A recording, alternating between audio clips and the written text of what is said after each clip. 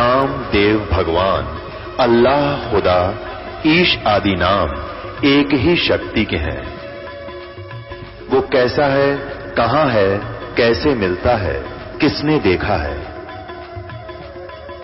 ये प्रश्नवाचक चिन्ह पूर्ण रूप से हटाने के लिए अवश्य सुनिए जगत गुरु तत्वदर्शी संत रामपाल जी महाराज के अमृत वचन, सर्व पवित्र धर्मों के पवित्र शास्त्रों के आधार पर। अब यही प्रमाण आपको कुरान शरीफ ये पवित्र शास्त्र देगा। अब इसमें भी 3 रोल हैं। एक तो हजरत मोहम्मद वो पाक आत्मा पैगंबर, और एक उसका खुदा निराकार जो सामने नहीं आता, कोई आकाशवाणी करके या किसी जीव में, किसी पुजारी में प्रवेश करके उनके दूत वो फरिश्ते आदेश देते रहते हैं।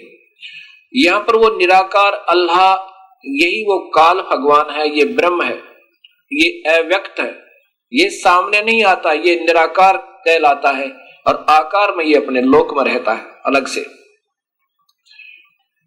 वो निराकार अल्लाह जैसे अर्जुन को कह रहा है ब्रह्म, ऐसे ही ये हजरत मोहम्मद को कह रहा है। क्या कहता है कुरान शरीफ और सूरत फुरकानी नंबर 25 नंबर सूरत फुरकानी में और आयत नंबर 52 से 59 तक आपको दिखाना चाहूंगा, जिसमें प्रत्यक्ष प्रमाण है, उस कबीर परमेश्वर का नाम लिखा है। और फिर कहा कि उस परमात्मा के ऊपर विश्वास रख, वो जिंदा रूप में जो मोहम्मद जी तुझे मिले थे आके। कबीर साहब जिंदा रूप बना के, जिंदा एक महात्मा होते हैं मुसलमानों धर्म में, काला टोप, काला ही ओवरकोट एक ही पहनते ऊपर से लेके नीचे तक का, और सिर पे लंबे चोटे का एक टोप होता है, कैप, हैट नोट कैप, और उसका लंबा चोटा टोप सी होती है, टोप लंबी होती है उसकी चोटी। और वो जिंदा रूप में आते हैं। धर्मदास जी को, गरीबदास जी को, नानक जी को और मलुकदास जी को, गीसा संत जी को, दादू साहेब जी को, इन सभी को जिंदा रूप बनाकर ही वो दर्शन दिया उस परमेश्वर ने। ऐसे ही हजरत मोहम्मद जी को भी जिंदा रूप में वो कबीर परमेश्वर आकर स्वयं मिले थे। अब वो निराकार अल्लाह कहता है कि पैगंबर हे हजरत मोहम्मद, उस परमात्मा कबीर की तू पाकी बयान कर, उसकी महिमा का गुणगान कर, और उस कबीर साहब को तू अल्लाह बताएगा, भगवान बताएगा। और वो काफिर लोग जो अल्लाह से मुख मोड़े हुए आन पूजाएं करते हैं और देवताओं की पूजा करते हैं, वो इस पर विश्वास नहीं करेंगे। तूने उस परमात्मा को परमात्मा सिद्ध करने के लिए संघर्ष करना है, उस कबीर साहब के लिए संघर्ष करना, उन काफिरों का कहा मत मानना।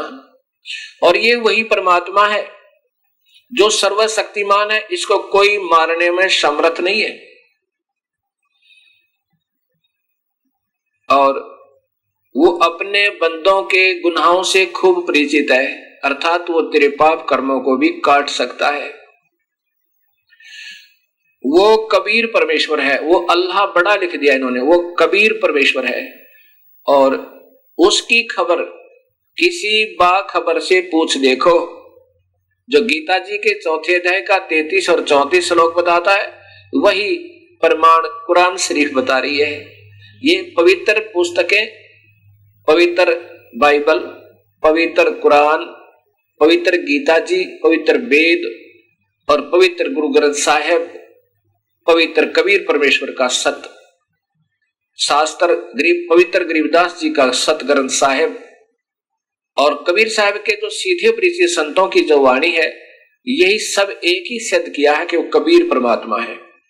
और उन्होंने यही बताया कि पूरे संत से ही बात बनेगी, इन शास्त्रों के केवल पढ़ने मात्र से नहीं बात बनेगी। इन्होंने इशारा किया कि ऐसे करो, वैसे ही हमने करना होगा, तब हम सफल होंगे। अब देखिए ये कुरान, पवित्र कुरान शरीफ के अंदर उस परम पिता की प्रत्यक्ष महिमा, वो कबीर भगवान है, यही आपको वेद बताएंगे। ये कुरान शरीफ,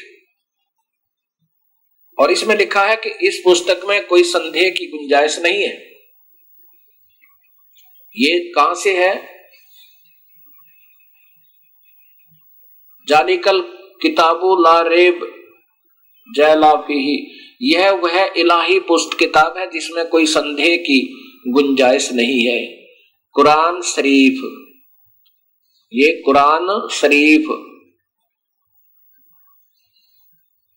इसका अनुवाद सटीपन शास्त्रीय अरबी पद्धति पर नागरी लिपि में, ये लिखी तो अरबी भाषा में है, लिपि उर्दू है। अब इसमें साथ में हिंदी में भी इसको टीका किया है। शेरवानी संस्करण, प्रकाशक लखनऊ किताबघर, मोरम बाग, सीतापुर रोड, लखनऊ, ये प्रकाशित है। और इसमें अभी आपको दिखाता हूं 606 पृष्ठ पे, ये है प्रश्न नंबर 604। और यहां देखिए ये कुरान शरीफ, ये कुरान शरीफ, ये सूरत फुरकानी 25। अब इसमें ये हिंदी में जो कि तू लिपि हिंदी बनाकर देवनागरी, और ये अरबी लिखा हुआ है, ये देखना। और ये उर्दू में जो का तो लिखा है, जो इस हिंदी में लिखा है, ये भाषा तो अरबी है, लिपि उर्दू है। इसमें 52वीं आयत देख लेना, कोई उर्दू का जानने वाला हो, यहां देखना, ये लास्ट वाली 52वीं आयत है। इसमें ये है जहादन खबीरन, इधर जहादन कबीरन, ये कबीर परमात्मा का जिक्र स्पष्ट नाम लिखा है कबीर। यहां देखो 52वीं आयत में, ये 52वीं आयत में है, ये 51 से प्रारंभ है, ये 51 समाप्त हुई। ये फला तुति अल काफिरन व जाहिदुम बहीर जिहादन कबीर, इसका क्या अर्थ बनता है इन्हीं की भाषा में? इन्होंने कोशिश की है समझाने की, लेकिन ये पूर्ण परिचित ना होने से क्या कहते हैं, ए पैगंबर तो काफिरों का कहा न मानना, ये इसकी हिंदी की है। और इस कुरान की दलीलों से उनका सामना बड़े जोर से करो। अब यहाँ कबीर का अर्थ इन नादानों ने केवल बड़ा लिख दिया।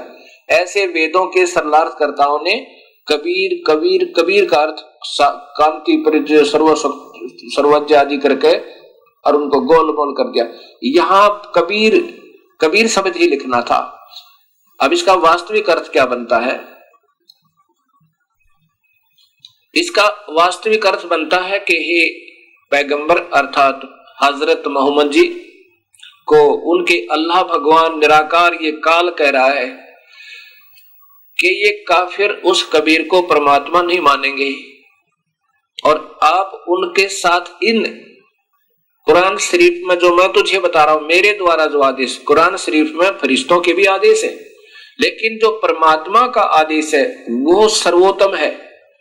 मैं जो तुझे बता रहा हूं ये सत्य मानना, और ये कुरान में जो मैं दलील दे रहा हूं इनके बेस पर, इस आधार पर, इस प्रत्यक्ष प्रमाण पर तो इनके आधार पर सत्य मानता हुआ उन काफिरों का सामना करना, संघर्ष करना, उनके साथ लड़ना नहीं, संघर्ष करना। वो कहेंगे कबीर परमात्मा नहीं, आप उनकी मत मानना, अपने इन कुरान शरीफ में जो मैं तुझे बता रहा हूं इसके आधार पर तू चलता रहना और आगे उसी परमात्मा के बारे में सत्य ज्ञान दर्शन करना। अब 51 में यहां देखो, उसके बाद 58 और 59 आयत में ये खबीरन लिख दिया इन्होंने, खबीरन, जबकि ये कबीर है, कबीरा कबीरन, ये जिहाद कबीरा खबीरा, ये है कबीर शब्द, लेखन में मिसप्रिंट हुआ है। यहां देखिए आगे, ये खबीरन, ये कबीर है। जहां आपने पहले देखा था बिल्कुल कबीर लिखा है, ऐसे ही ये भी कबीर ही है, लेकिन इनका अपने हिसाब से लिखने से, यहां देखो ये वो 52वीं आयत में आप देखिए इधर, ये सीधा कबीर लिखा है, ये आपके सामने है कबीरन, ये भी कबीरन ही है, वहां कबीरन गलती से लिखा गया, मिसप्रिंट हुआ है। अब इसका हिंदी देखो, हिंदी देखो।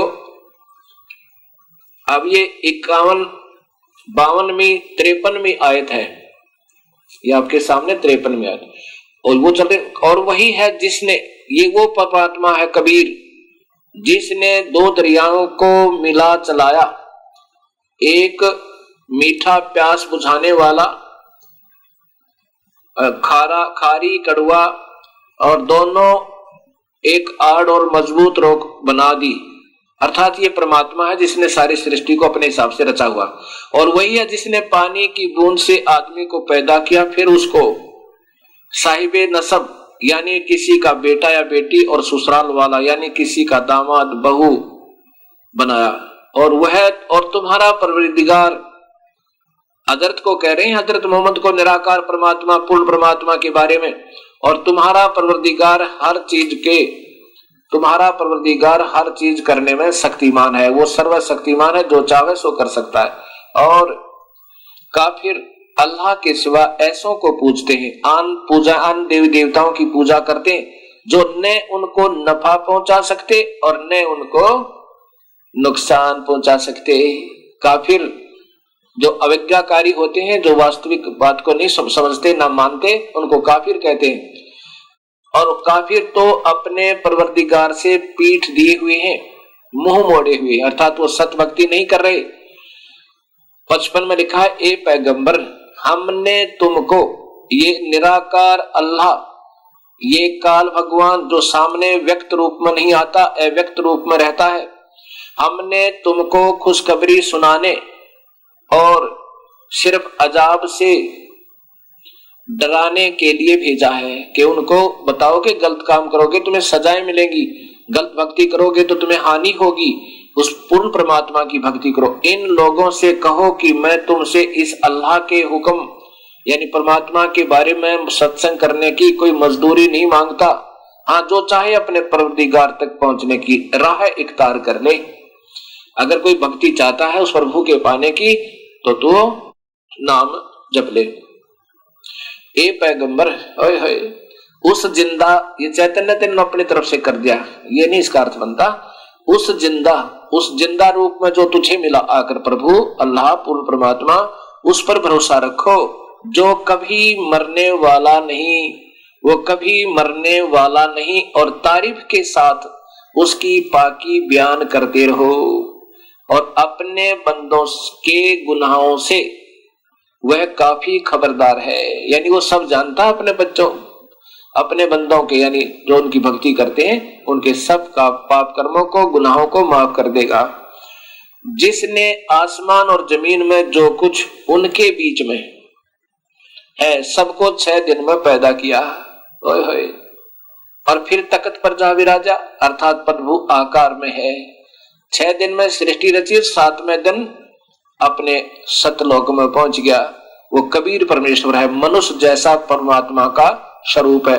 वह अल्लाह बड़ा, बड़ा का अर्थ है कबीर। वो खबीरन लिखा ना उन्होंने, वो कबीर है। वो यहाँ कबीर लिख दे, बड़ा ना लिखो, कबीरन लिख दे बस, सीधा कबीर।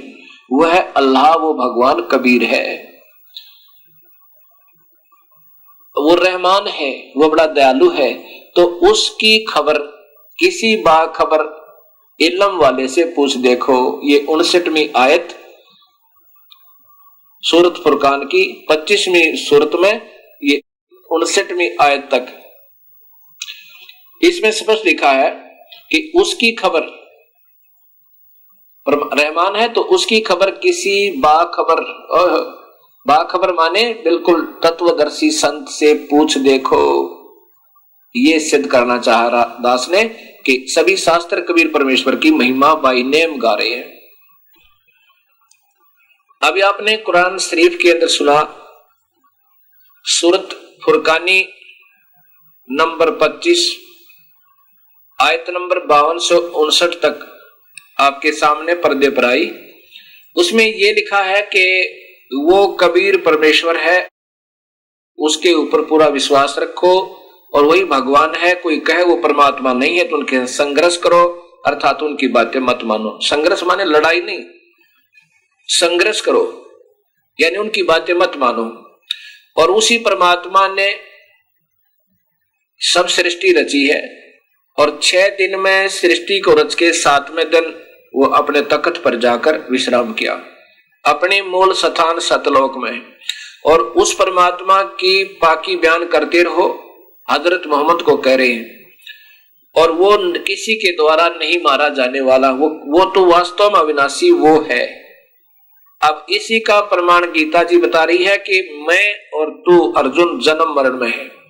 काल ब्रह्म कह रहा है, काल भगवान कह रहा है क्षर पुरुष कि तेरे और मेरे तो असंख्यों जन्म हो लिए, तो आप और मैं तो जन्म मरण में है, लेकिन वास्तव में अविनाशी तो वो परमात्मा है। ये देखो, सबसे पहले वही गीता जी, गीता प्रेस गोरखपुर से प्रकाशित है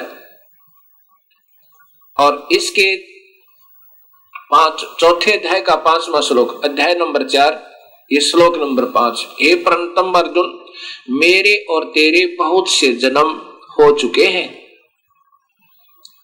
और उन सबको तो नहीं जानता, मैं जानता हूं। ये देखो, ये 6ठा है, इससे ऊपर ये 5वां है। अब इससे क्या सिद्ध हुआ? स्पष्ट हो गया कि काल भगवान कह रहा है, ब्रह्म कह रहा कि तेरे और मेरे तो अर्जुन गणे जन्म हो लिए, आगे भी होंगे पर तू नहीं जानता, मैं जानता हूं। इसलिए इससे सिद्ध है कि काल भगवान भी जन्म और मरण में है, अमर नहीं है। अब इसी का प्रमाण ये गीता जी दे रही है। दूसरा अध्याय, ये देखिएगा, अध्याय नंबर 2, अध्याय नंबर 2 और श्लोक नंबर, ये देखो श्लोक नंबर ये पहले 12 देखो। न तो ऐसा है कि मैं और किसी काल में नहीं था, अर्थात ये काल भी किसी ना किसी में प्रवेश करके या अपने अवतारों में प्रवेश करके अव्यक्त रूप में, अदृश्य रूप में अपने कार्य करवाता रहता है। ऐसा ये नहीं है कि किसी काल में न तो ऐसा है कि किसी काल में मैं नहीं था, अर्थात मैं पहले भी साथ था और आगे भी होऊंगा।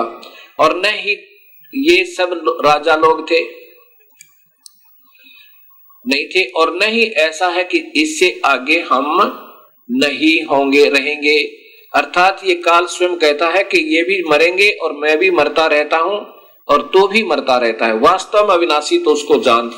ये 17वां श्लोक बताता है, अध्याय नंबर 2 का वही श्लोक नंबर 17। अविनाशी नाश रहित तो उसको जान जिससे यह संपूर्ण दृश्य वर्ग व्याप्त है।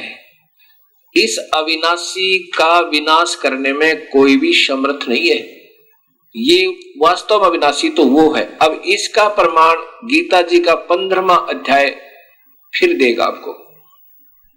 ये देखिएगा, गीता जी के 15वें अध्याय का ये 16वां श्लोक है। इसमें सीधा लिखा कि इस संसार में नाशवान और अविनाशी 2 प्रकार के पुरुषों भगवान हैं, या भगवान लिखना था इन्होंने। 2 प्रकार के भगवान हैं और 2 ही प्रकार की प्राणियों की स्थिति है। ये सब प्राणियों के शरीर तो नाशवान है और जीव आत्मा अविनाशी कहा जाता है। फिर देखना इसी को, इस संसार में नाशवान क्षर पुरुष ये काल है, अक्षर पुरुष ये परब्रह्म है। ये ब्रह्म है, ये परब्रह्म है। नाशवान और अविनाशी 2 प्रकार के भगवान कहे जाते हैं। जैसा कि आपको मैंने बताया था कि क्षर पुरुष ये ब्रह्म भगवान, ये काल भगवान, ये तो ऐसा समझो जो सफेद चीनी के कप, मिट्टी के कप होते हैं। और हमारा शरीर ऐसा समझो जैसे मिट्टी के बर्तन, मटका होता है, जग मिट्टी का, और उस जैसा कोई कप, एक कसूरा होया करता पहले, एक मिट्टी के बने हुए कसोरे होते सीधे ही पके हुए, मटके जैसी लगते, वो तो हमारे शरीर समझो, और ब्रह्म को समझो वो मिट्टी का सफेद कप, और अक्सर ये तो नासवान समझो बिल्कुल ही, और परब्रह्म को समझो अक्षर पुरुष समझो जैसे स्टील का कप हो, है तो नासवान, स्टील का भी उसको जंग लगेगा, मिट्टी हो जाएगा, पर समय बहुत लगेगा। ऐसे ये इसकी तुलना में कुछ अविनाशी है, मिट्टी वाले कप की तुलना में सफेद से वो स्टील वाला ज्यादा अविनाशी, लेकिन है ये भी नासवान। और वास्तव में अविनाशी तो सोना बना हो, चांदी और सोना, कहते वो सोने का को ही वास्तव में अविनाशी जान, उसको ना जंग लगे ना उसका अस्तित्व समाप्त हो। ये उदाहरण के लिए कहा। ऐसा फिर अब दो भगवान है, क्षर ये ब्रह्मा विष्णु महेश के पिताजी, ये स्वयं को कह रहा है कि मेरे और तेरे बहुत जन्म हो लिए अर्जुन, तू नहीं जानता मैं जानता हूं, इसलिए स्वसिद्ध है कि ये काल भी जन्म और मरण में है। कबीर साहब ने जब गोरखनाथ से कहा था कि तेरे करोड़ों तो ब्रह्मा मर गए और अरबों तो ब्रह्मा मर गए, 49 करोड़ कन्हैया ये विष्णु जी, और 7 करोड़ शंभू मर गए, मेरी एक नहीं पलैया, और करोड़ निरंजन हो गए मोहम्मद से जारी, ये करोड़ों ये निरंजन भी मर लिए करोड़ों बार, ये 21 ब्रह्मांड की प्रलय हो चुकी है, मेरी एक पल भी नहीं विनाश हुआ, अर्थात वास्तव में विनाशी मैं हूं, कबीर भगवान करे। अब यहां देखिए गीता जी उसी का प्रमाण कहती है कि वास्तव में अविनाशी तो उसे जान जो इनसे भी न्यारा है, इन दोनों भगवानों से, ब्रह्म और परब्रह्म से अलग है। 15वें अध्याय का 17वां श्लोक, उत्तम पुरुष तो अन्य ही, सीधा ही लिखा है, उत्तम पुरुष है माने भगवान तो अन्य ही, जो तीनों लोकों में प्रवेश करके सबका धारण पोषण करता है। अविनाशी परमेश्वर परमात्मा इस प्रकार कहा गया है। वास्तव में पुरुषोत्तम अर्थात अविनाशी तो उसे जान जो तीनों लोकों में प्रवेश करके सबका धारण पोषण करता है। अब देखो, अब वो कौन है वास्तव में भगवान, ये आपको ये चित्र बताएगा। 15वें अध्याय का प्रथम और द्वितीय श्लोक कहता है कि संसार रूपी उल्टा लटका हुआ ये वृक्ष रूपी, ये चित्र आप देखिए, इसमें ये संसार रूपी उल्टा लटका हुआ एक वृक्ष समझो, जिसकी ऊपर को जड़े हैं, जड़े माने जो पूर्ण पालन करता वो परमात्मा, ये जड़ है ऊपर को, ये पूर्ण ब्रह्म कबीर साहब कबीर देव ये है वास्तव में वो परमात्मा जो सबका तीनों लोकों में भी सबका पालन पोषण यही करता है, क्योंकि पौधे को खुराक जड़ से ही चलती है, ये वो पूर्ण परमात्मा है। और आगे देखिएगा इसका तना, ये अक्षर पुरुष है। कबीर साहब कहते हैं अक्षर पुरुष एक पेड़ है, ये यहां से जो जमीन से ऊपर दिखाई देता है ये वृक्ष कहलाता है, इससे नीचे जड़े हैं वो गुप्त है। अक्षर पुरुष एक पेड़ है, निरंजन वा की डार, अक्षर पुरुष ये परब्रह्म, ये क्षर पुरुष ये ब्रह्म है, ये निरंजन काल ये उसकी एक शाखा है, एक डार है मोटी, ऐसी ऐसी सैकड़ों डार और होती है पेड़ पे, उसमें से एक है ब्रह्म, और उस ब्रह्म से आगे फिर 3 शाखाएं हैं, ये तीनों देवा शाखा है, ये पात रूप संसार, ये रजगुण ब्रह्मा, सतगुण विष्णु, तमगुण शिव जी, ये तो शाखा, फिर ये पात रूप में संसार, ये देवी देवता आगे इन्हीं से उत्पन्न है और आगे इनकी अंडर कंट्रोल है। अब इन सबका पालन करता कौन हुआ? गीता जी के अनुसार और पूर्ण परमात्मा ये कबीर साहब सबका पालन करता है, यही तीनों लोकों में प्रवेश करके सबका धारण पोषण करता है। अब यहां से खुराक चलती है, तना में गई, देखिए तना में, और तना से फिर यानी अक्षर पुरुष के पास, अक्षर पुरुष से फिर ब्रह्म से फिर आगे तीनों देवताओं में। अब इनके लिए तो ये निरंजन पालन करता नजर आता है ब्रह्मा विष्णु महेश के लिए, और इन पत्तों टहनियों के लिए ब्रह्मा विष्णु महेश पालन करता नजर आते हैं, लेकिन ये वास्तव में पालन करता नहीं है। ये खुराक कहां से चलती है? वहां से नहीं चलेगी तो ये कुछ भी नहीं कर सकते। ऐसा हमने इस गीता जी के ज्ञान को समझना है। ये है वो परमात्मा, वो कबीर परमेश्वर है, ये फिर वेद बताएंगे। अब जैसा कि आपने गीता में सुना और कि वास्तव में अविनाशी कोई और परमात्मा है, वो कौन है? वो कुरान शरीफ ने बताया, वो कबीर परमात्मा है। वो कबीर परमात्मा है। और कुरान शरीफ ने ये भी बताया कि ये वही परमात्मा है कबीर जिसने 6 दिन में सृष्टि को रचा और 7वें दिन विश्राम पाया। 7वें दिन तख्त पे जा विराजा, अर्थात कहीं विराजा तो कोई स्थान है जहां परमात्मा रहता है और वो आकार में है, मनुष्य जैसा है। ये प्रमाण ये पवित्र बाइबल करेगा आपके सामने। ये देखिएगा, ये पवित्र बाइबल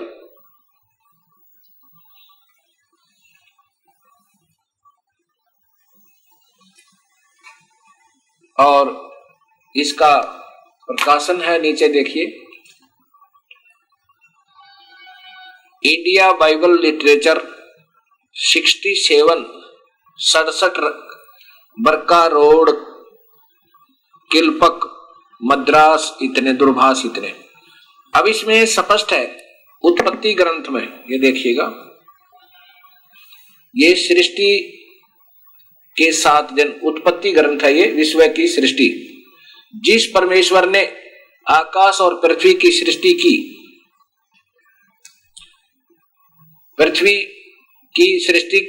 पृथ्वी बेडौल और सुनसान पड़ी थी और गहरे जल के ऊपर अंधियारा था तथा परमेश्वर का आत्मा जल कर ऊपर मंडराता था। सृष्टि के 7 दिन, ये पहला दिन, फिर देखिएगा दूसरा दिन, फिर देखिएगा तीसरा दिन, ये चौथा दिन, और फिर देखिएगा आगे चलिए, ये फिर 5वां दिन, और अब ये देखो 6ठा दिन। अब 6ठे दिन में पढ़ो परमात्मा कैसा है ये पता लगेगा, अल्लाह कैसा। 6वां दिन, प्राणी और मनुष्य। फिर परमेश्वर ने कहा कि पृथ्वी से एक एक जाति के जीव प्राणी और घरेलू पशु, रेंगने वाले जंतु और पृथ्वी के वन पशु आदि जाति के अनुसार उत्पन्न हो, और वैसा ही हो गया। सो परमेश्वर ने पृथ्वी के जाति जाति के वन पशुओं और जाति जाति के घरेलू पशुओं को भी जाति जाति के भूमि पर सब रेंगने वाले जंतुओं को बनाया, और परमेश्वर ने देखा अच्छा लगा। फिर परमेश्वर ने कहा कि हम मनुष्य को, देखिए है बात ध्यान से सुनने की, पढ़ने की। फिर परमेश्वर ने कहा कि हम मनुष्य को अपने स्वरूप के अनुसार अपनी समानता में बनाएं, और वे समुद्र की मछलियों और आकाश के पक्षियों और घरेलू पशुओं और सारी पृथ्वी पर और सब रेंगने वाले जंतुओं पर जो पृथ्वी पर रेंगते अधिकार रखे, यानी सबसे मजबूत और समझदार हो। तब परमेश्वर ने मनुष्य को अपने स्वरूप के अनुसार उत्पन्न किया। ओए होए, इससे सिद्ध है कि परमात्मा मनुष्य जैसा है। और ये मुसलमान धर्म में कहते अल्लाह तो निराकार है, क्योंकि यही प्रमाण वेदों के ज्ञाताओं ने दिया कि अल्लाह निराकार है। देखो, तब परमेश्वर ने मनुष्य को अपने स्वरूप अनुसार उत्पन्न किया। अपने ही स्वरूप के अनुसार परमेश्वर ने उसको उत्पन्न किया, नर और नारी करके मनुष्य, उसने मनुष्य की सृष्टि की। अब आगे देखियो,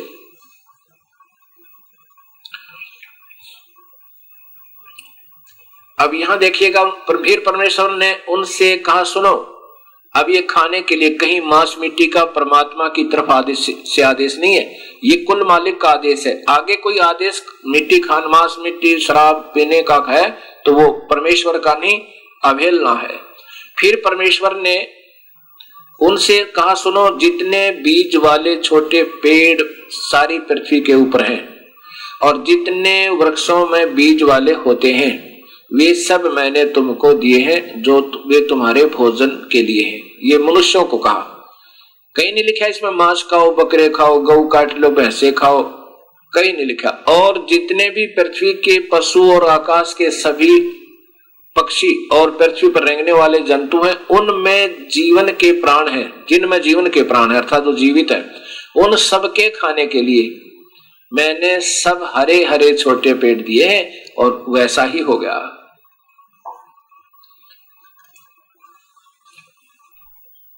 अब आपने सुना और देखा आंखों से और पढ़ा, कितना प्रत्यक्ष प्रमाण है।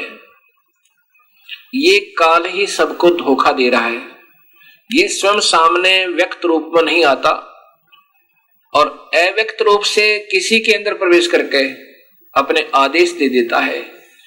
उनमें कुछ सत्य होते हैं, कुछ असत्य भी होते हैं। अब जैसे गीता जी को आप पढ़ते रहिए, अब इस तरह पढ़ना गीता जी को जैसे दास पढ़ा होगा, फिर पता चलेगा।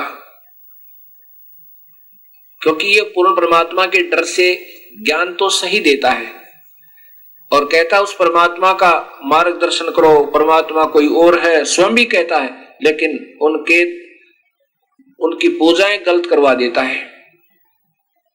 कबीर साहब से वार्ता हुई थी इस काल की, कहा था कि नाम तो मैं लूंगा तेरा ही, तेरी ही महिमा गाया करूंगा, लेकिन पूजा सही नहीं बताऊंगा, पूजा गलत करवाऊंगा और ज्ञान आप ही का दिया करूंगा कि परमात्मा कोई और है, उसका कबीर नाम है, वही सारी सृष्टि का रचनहार है, लेकिन अंत में ज्ञान वो यानी पूजा अधूरी दे करके इन सबको गुमराह रखूंगा। ऐसा उसने अपना कबीर साहब से, जब कबीर साहब जोगजीत नाम से आए थे, वो नहीं पहचान पाया काल के ये परमात्मा है। जोगजीत समझ के उनसे फिर अपने खुल्लम खुल्ला ये कह दिया था कि नाम तुम्हारा ले करूं आवाजा और 12 पंथ करूं मैं साजा, उन 12 नकली पंथ चलाऊंगा, उनमें तुम्हारा नाम लेकर कबीर परमात्मा है, कोई और अल्लाह है, वो सतलोक में रहता है, ऐसे पंथ चलाऊंगा नकली और नकली नाम दिवाऊंगा और फिर वो सब मेरे ही चक्कर में रहेंगे। 12 पंथ करूं मैं साजा, नाम तुम्हारा ले करूं आवाजा, और इन 12 पंथों में नाम जो ले ही सो मेरे मुख आंस में ही, वो मेरे ही चक्कर में रहेंगे, मेरे से बाहर नहीं जा सकते, क्योंकि वो शास्त्र विरुद्ध साधना करेंगे और गलत नामों का आधार दिया करेंगे। ऐसा ये काल कहता और ये स्वयं सामने नहीं आता। अब इसी का आगे फिर देखिए गीता जी के 7वें अध्याय को फिर पढ़िए। अब गीता जी को ऐसे पढ़ना था हमने और जिससे हमें लाभ होना था। अब ये देखिए 7वें अध्याय का फिर 19वां आपने पढ़ लिया कि उन तत्वदर्शी संतों को ढूंढ ले, ऐसा जानने वाला महात्मा सुदुर्लभ है। बहुनाम जन्मानाम अंते ज्ञानवान माम प्रपद्यते, यानी ब्रह्म साधना भी बहुत जन्मों के बाद ये ज्ञानी पुरुष होते हैं, भाग्यवान आत्मा जो मेरी पूजा करते हैं। लेकिन वासुदेव सर्व, वासुदेव कौन? जो सर्वव्यापक परमात्मा कबीर परमेश्वर कुल मालिक, ऐसा कोई बताने वाला वो महात्मा बहुत ही दुर्लभ है। अब 20 में देखो,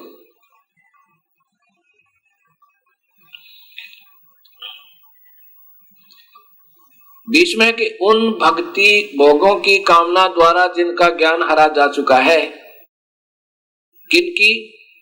तीनों गुणों की पूजा करके देवी देवताओं की पूजा करने वालों का जिनका ज्ञान हरा जा चुका है, वहीं तक की सीमा तक, उन्हीं पूजाओं तक जिनका ज्ञान हरा जा चुका है, अपने स्वभाव से प्रेरित होकर उस नियम का ध्यान करके अन्य देवताओं को भजते हैं, पूजते हैं। अन्य संस्कार स्पष्ट है, अन्य देवता प्रपद्यते, अन्य माने और दूसरे देवता माने भगवानों को ब्रह्मा विष्णु महेश अन्य देवता मानते हैं, क्योंकि वह लिखा है 3 गुणों तक की पूजा व्यर्थ है। एक ब्रह्म की पूजा छोड़कर, मेरी पूजा छोड़कर 3 गुणों की पूजा जो करते हैं व्यर्थ है। अन्य देवता पूजते प्रपद्यन्ते। अब 21 में लिखा है,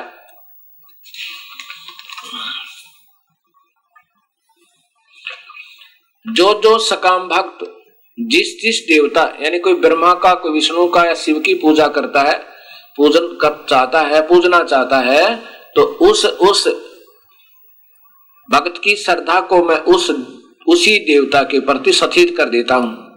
अब जिसने पूजना चाहता है पूज ले, लेकिन उतना ही लाभ मिलेगा। जैसे मुख्यमंत्री कहे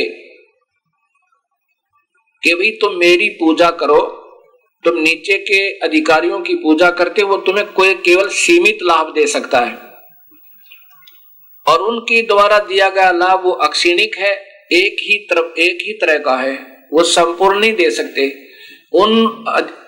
एक प्रांत के अंदर अन्य अधिकारियों की पूजा से तो तुम मेरी पूजा करो, मेरे पर आश्रित हो जाओ, मेरी मर्यादा में रहो, मैं तुम्हें उनसे ज्यादा लाभ दे दूंगा।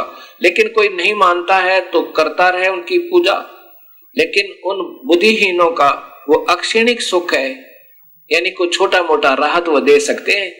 और उन अधिकारियों को मैंने ही कुछ पावर दे रखी है, इसलिए वो छोटा मोटा लाभ तुम्हें दे रहे हैं। अगर मेरे ऊपर आश्रित हो जाओ तो मैं तुम्हें पूर्ण लाभ दूं जितना मैं दे सकता हूं। जो जो काम भक्त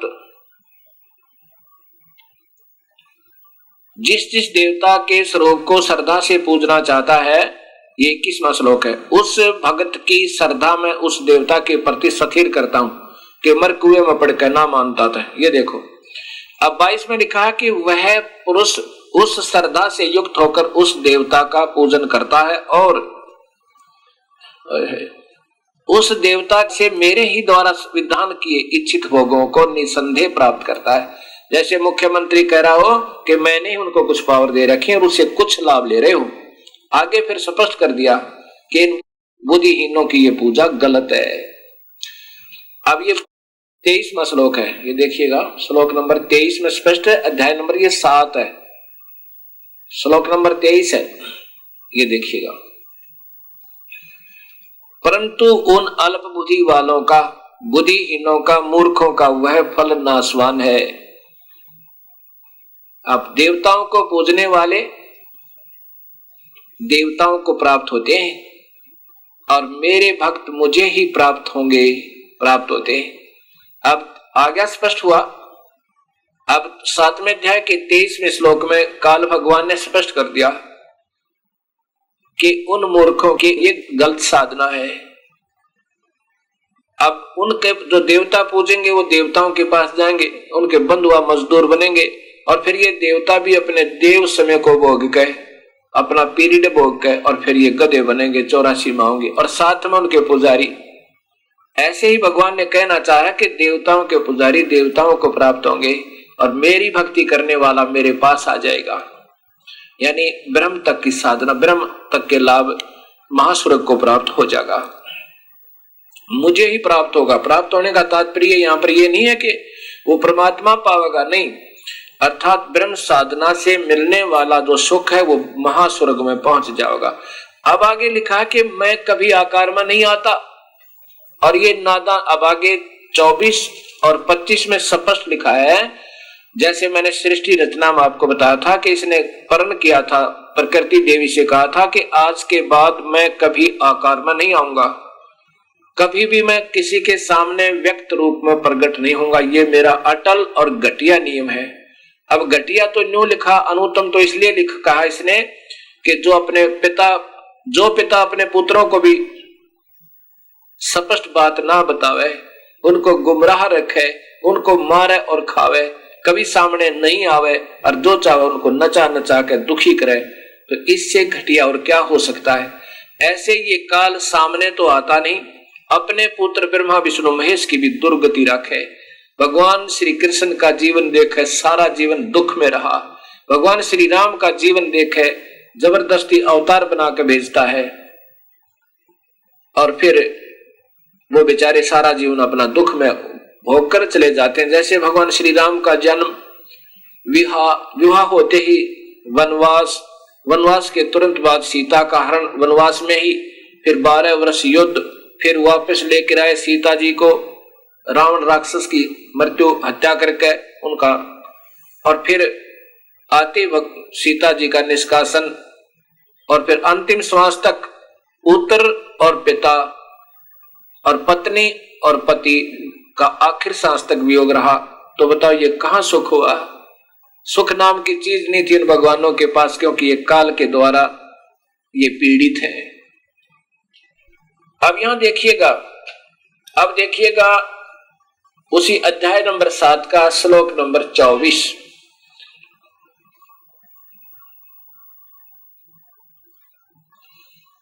ऐ बुद्धे, बुद्धिहीन पुरुष, बुद्धिहीन व्यक्ति मेरे अनुतम। अब देखो यहां ठीक लिख दिया, अनुतम का अर्थ अनुतम ही कर दिया। और वहां इस महात्मा जी ने 18वें श्लोक में, इसी अध्याय के 18वें श्लोक में क्या कर दिया? अति उत्तम, और यहां अनुतम लिख के पीछा छुटवा दिया।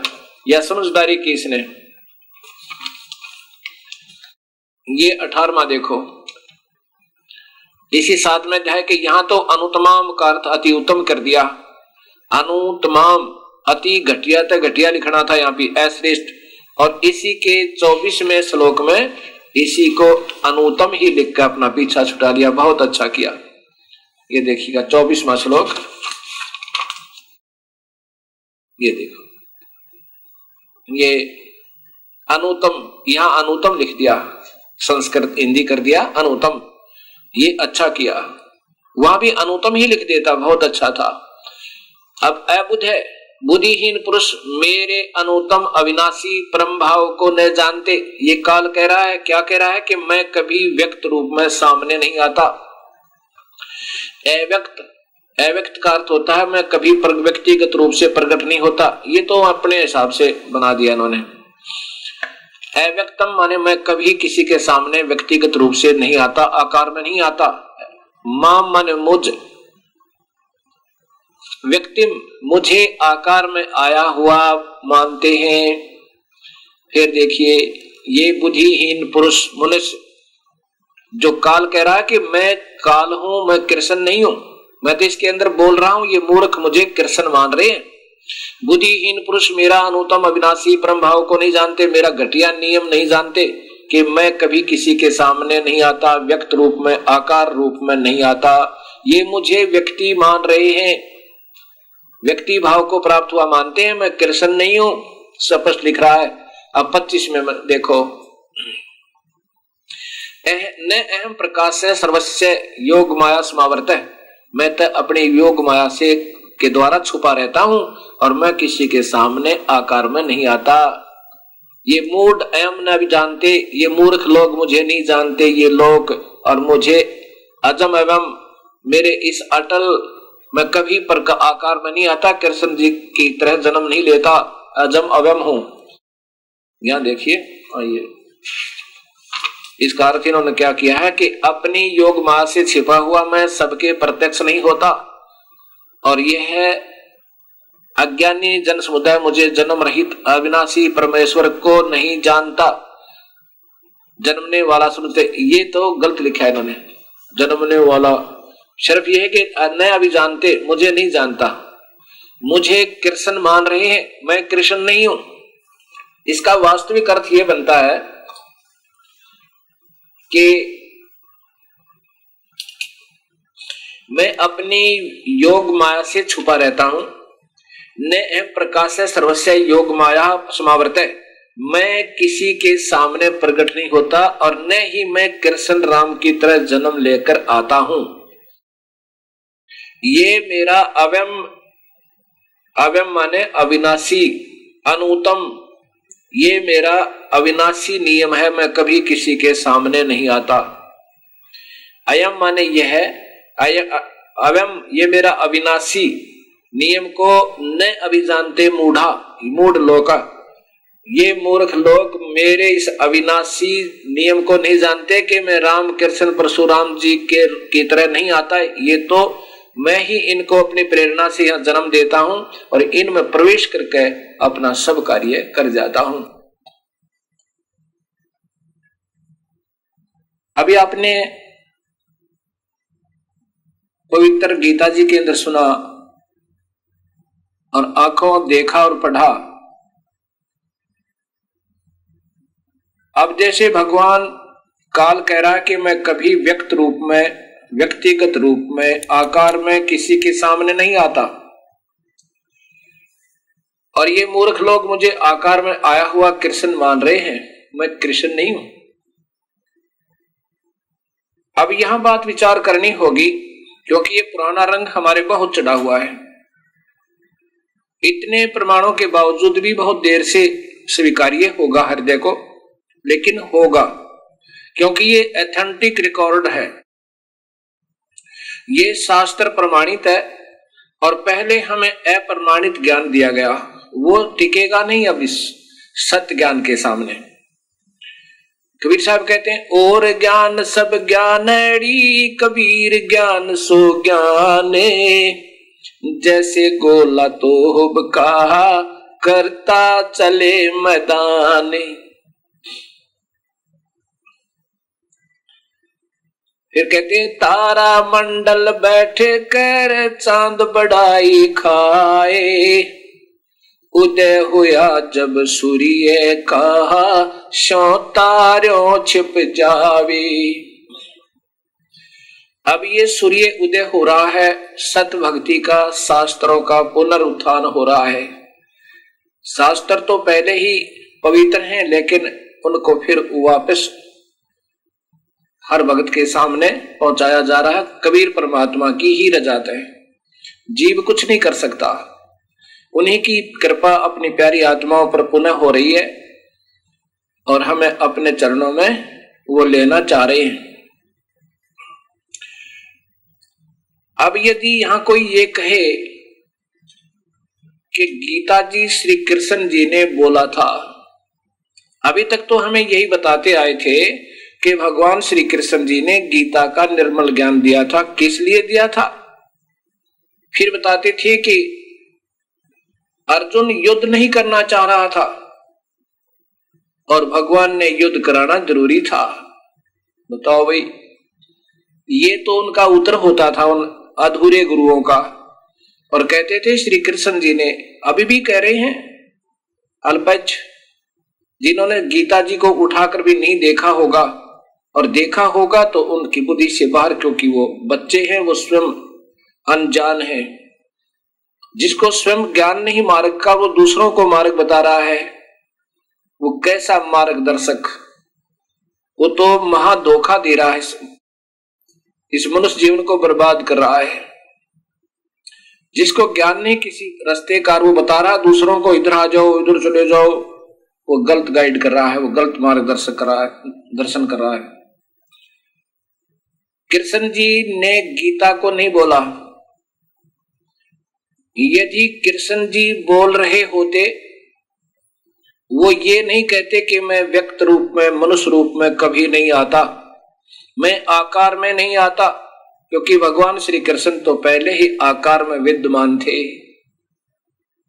ये काल बोल रहा था कि मैं कभी आकार में नहीं आता।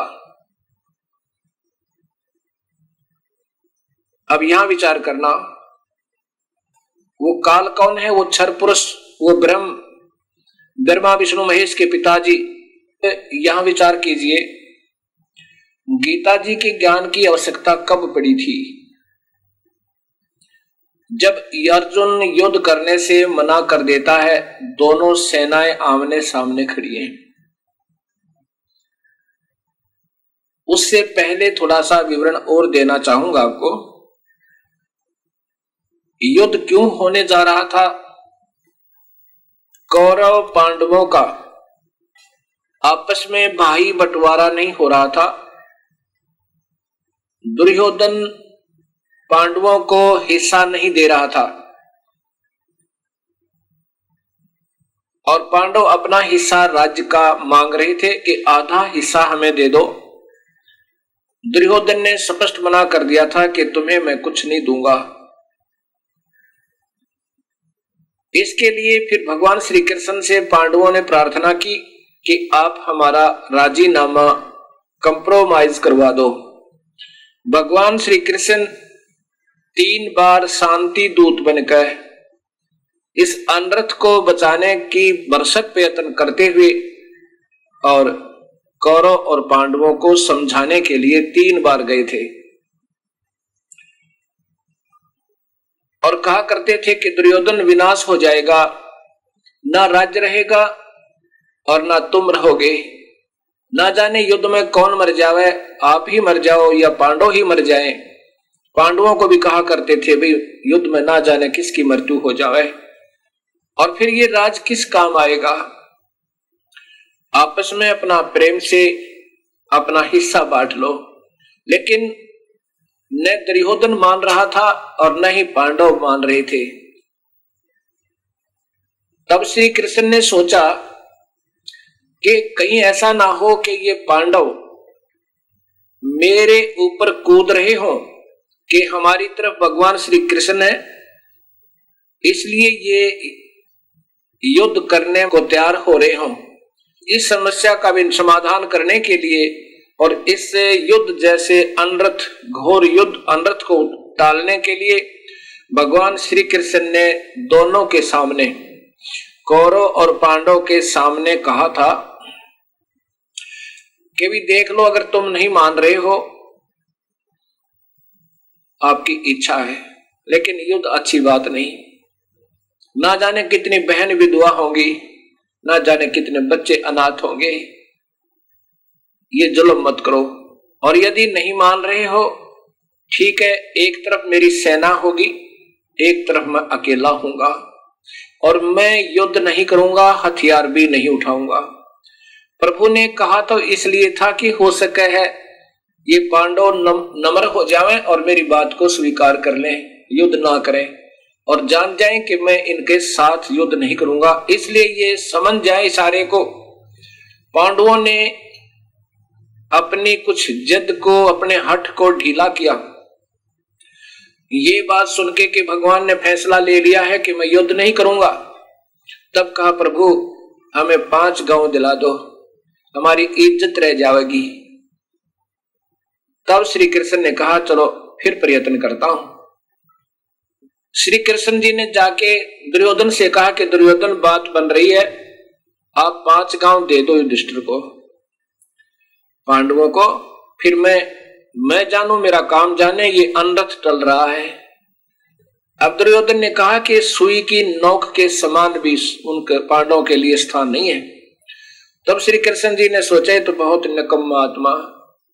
तब कहा था दुर्योधन तुम्हारा विनाश हो जाएगा, आंख खोल ले, ये समय है तुम्हारा इतने अनर्थ के टालने का, और 5 गांव दे दे तुमको। जब भगवान श्री कृष्ण ने उन्हें अच्छा करड़ा करके बातें कही तो दुर्योधन ने कहा अपनी सेना से कि पकड़ लो इसको, पकड़ लो श्री कृष्ण को। तब भगवान श्री कृष्ण ने अपना विराट रूप दिखाया और जिसको देख करके सभी उपस्थित सभासद अपनी आंखें बंद कर लेते हैं, डर के इधर उधर हो जाते हैं, और श्री कृष्ण जी वहां से निकल आते हैं। युद्ध की तैयारी हो जाती है। अब यहां विचार और करना कि श्री कृष्ण जी ने गीता नहीं बोला था, उसका दूसरा प्रमाण अभी आपको बता दूं इसी समय, क्योंकि ये प्रकरण वही चल रहा है। जैसे गीता जी के 11वें अध्याय में श्री कृष्ण के अंदर प्रवेश काल भगवान कहता है कि अर्जुन जो ये विराट रूप मैंने तुझे दिखाया ये पहले कभी किसी ने नहीं देखा। अब ये देख लेना, यदि कृष्ण जी बोल रहे होते और कृष्ण जी ने ही विराट रूप यहां दिखाया होता तो ये नहीं कहते कि मैंने जो पहले कभी किसी को नहीं दिखाया।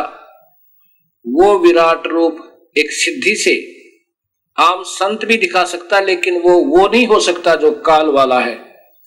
ये अपना विराट विकराल रूप अर्थात भयंकरता दिखा सकते अपनी शक्ति को, लेकिन वो काल के तुल्य नहीं, वो क्योंकि वो 1000 भुजा के हैं, ये केवल 4 भुजा युक्त है।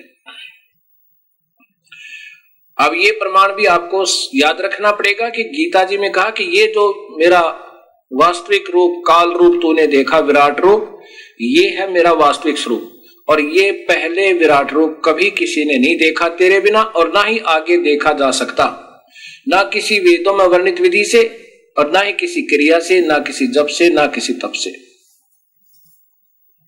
अब ये गीता जी मैं आपको दिखाता हूं, ये देखिएगा गीता जी, गीता प्रेस गोरखपुर से प्रकाशित, अध्याय नंबर 11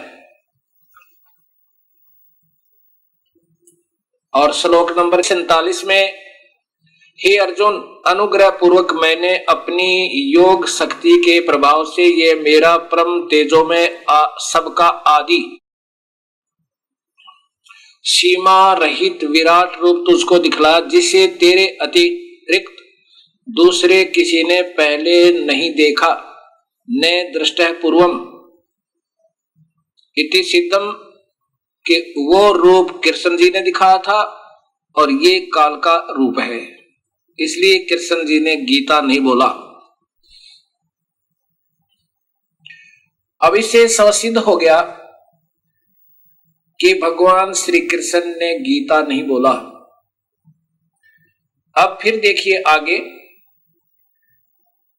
अर्जुन ने भगवान श्री कृष्ण से कहा कि हे भगवान, मेरा रथ दोनों सेनाओं के बीच में जाके खड़ा करो और देखो मैंने किसके साथ युद्ध करना है, कौन है मेरे योग्य युद्ध करने के। भगवान श्री कृष्ण ने ऐसा ही किया। अब यहां विचार करना, अर्जुन ने जब देखा सामने गुरुदेव अपने पूर्वज भीष्म पितामह और अपने ही कुल के व्यक्ति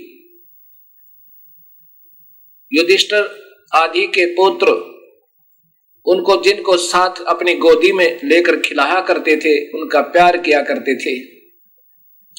चाचे और ताऊ के बच्चे कुछ ज्यादा दूर नहीं होते। ये तो लालच नीच, ये लालच में इंसान नीचता कर देता है। और पांडवों जैसे पुण्यात्मा इस काल ने मजबूर कर दी युद्ध करने के लिए। अब अर्जुन कहता है, प्रभु अपने मन में विचार करता है कि मैं युद्ध नहीं करूं।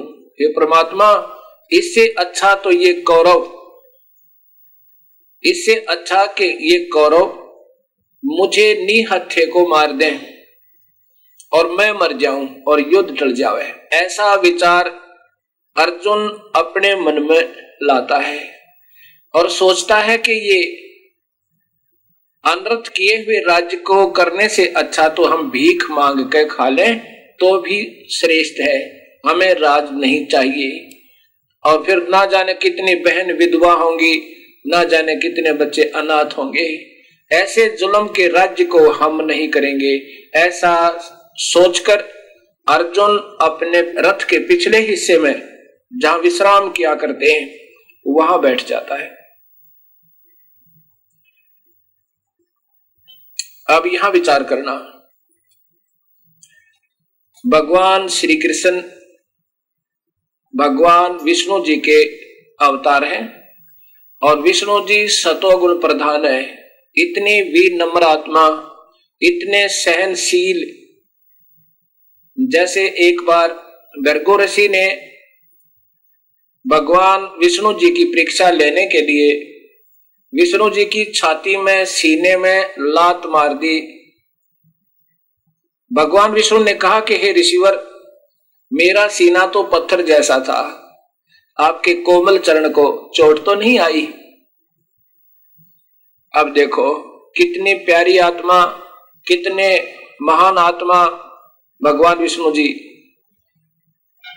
अगर चाहते तो भृगु ऋषि के टुकड़े टुकड़े कर देते वह सुदर्शन चक्र से, लेकिन उनके अंदर सतोगुण इतना है कि वो लड़ना नहीं चाहते।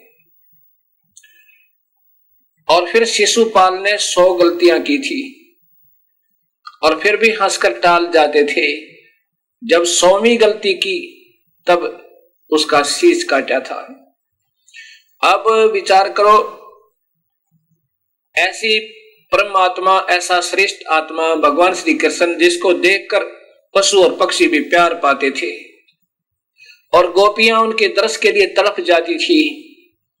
गाय भी उनके दर्शन के लिए एकटक देखती रहती थी। ऐसी पुण्यात्मा, और फिर कहे कि अर्जुन तू लड़, ये सब मैंने मार रखे हैं, उठा ले हथियार, तू चिंता ना करे, तू क्षत्रिय धर्म को मत भूले। ऐसे ऐसे उसको फिर प्रेरणा देना। ये भगवान श्री कृष्ण कहे, ये न्याय संगत नहीं लगता, कभी नहीं कह सकते वो। अब यहां देखिएगा,